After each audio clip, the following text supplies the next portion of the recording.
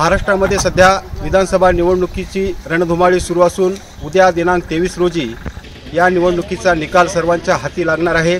या निकालाची सर्वांनाच उत्सुकता लागलेली आहे। 233 परळी विधानसभा मतदारसंघ हा महाराष्ट्रातील चर्चेचा मतदारसंघ असून या ठिकाणी विद्यमान कृषी मंत्री धनंजय मुंडे यांच्या विरुद्ध राष्ट्रवादी काँग्रेस शरदचंद्र पवार पक्षाचे राजेसाहेब देशमुख यांच्यात सरळ लढत होताना दिसत आहे।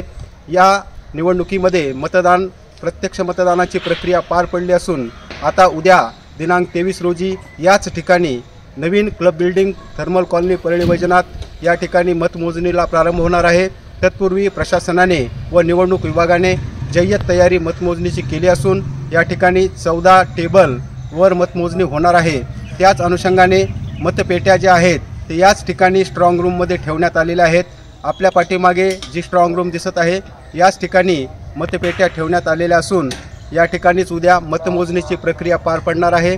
त्या पार्श्वभूमीवरती या ठिकाणी चोख पोलीस बंदोबस्त तैनात करण्यात आला असून अतिरिक्त पोलीस बंदोबस्तही या ठिकाणी मागवण्यात आला आहे। एकंदरीतच अतिशय कडेकोट बंदोबस्तात आणि कायदा व सुव्यवस्था राखत या ठिकाणी मतमोजणीची प्रक्रिया पार पडणार आहे। 233 परळी विधानसभा मतदारसंघामध्ये एकूण 3,37,976 मतदारांपैकी 2,54,383 मतदार यांनी मतदानाचा हक्क बजावलेला आहे। जवळजवळ 75.27% मतदानाची टक्केवारी आहे।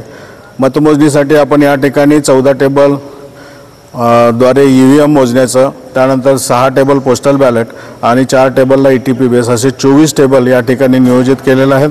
प्रत्येक उमेदवाराला 24 प्रतिनिधी नेमण्याबाबत सुद्धा कळवण्यात आलेलं आहे। एकूण 14 फेऱ्यामध्ये ही मतमोजणी प्रक्रिया पूर्ण होणार आहे।